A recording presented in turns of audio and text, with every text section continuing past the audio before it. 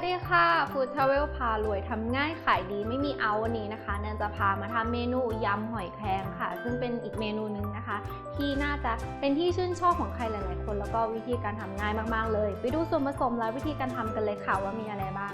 ส่วนผสมของเมนูยำหอยแครงนะคะก็จะมีหอยแครงค่ะที่ลวกจนสุกแล้วค่ะใบสะระแหน่ตะไคร้ซอยหอมแดงซอยและพริกขี้หนูซอยค่ะ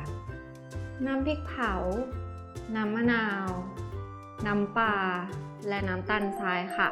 ส่วนผสมครบแล้วไปลงมือทำกันเลยค่ะ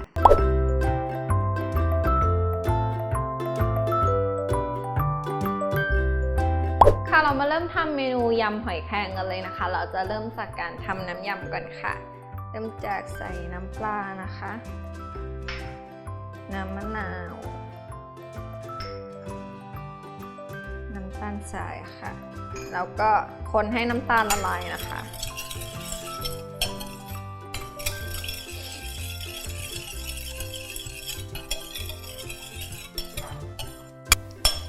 ค่ะพอน้ำตาลละลายนะคะก็ใส่เป็นน้ำพริกเผาลงไปค่ะ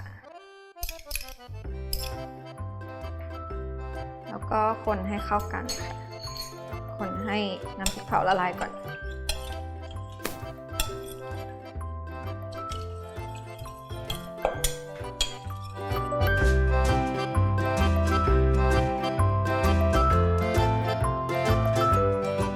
ค่ะพอตัวน้ำพริกเผาละลายนะคะก็ใส่เป็นหอมแดงซอยลงไปค่ะตะไคร้ซอยนะคะพริกขี้หนูค่ะคลุกเคล้าให้เข้ากันเลย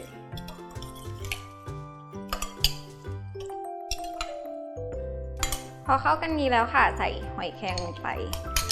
หอยแครงอันนี้นะคะแนนเอาไปลวกในน้ำเดือดนะคะประมาณ1 นาทีค่ะถ้าใครชอบสุกมากก็อาจจะทิ้งไว้นานกว่านั้นหน่อยก็ได้ค่ะใครจะแกะเอาแต่เนื้ออย่างเดียวก็ได้หรือว่าจะเหลือเปลือกไว้ด้านหนึ่งแบบนี้ก็ได้ค่ะแล้วแต่ความชอบเลยคลุกเคล้าให้เข้ากันนะคะพอเริ่มเข้ากันก็ใส่ใบสะระแหน่ลงไปค่ะคลุกเคล้าให้เข้ากันอีกครั้งค่ะ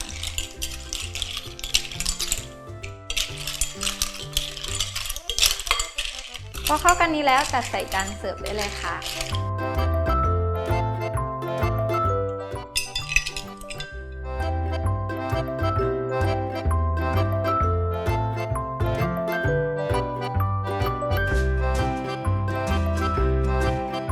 เสร็จเรียบร้อยแล้วค่ะสำหรับเมนูยำหอยแครงนะคะจะทานเป็นกับแก้มหรือว่าทานกับ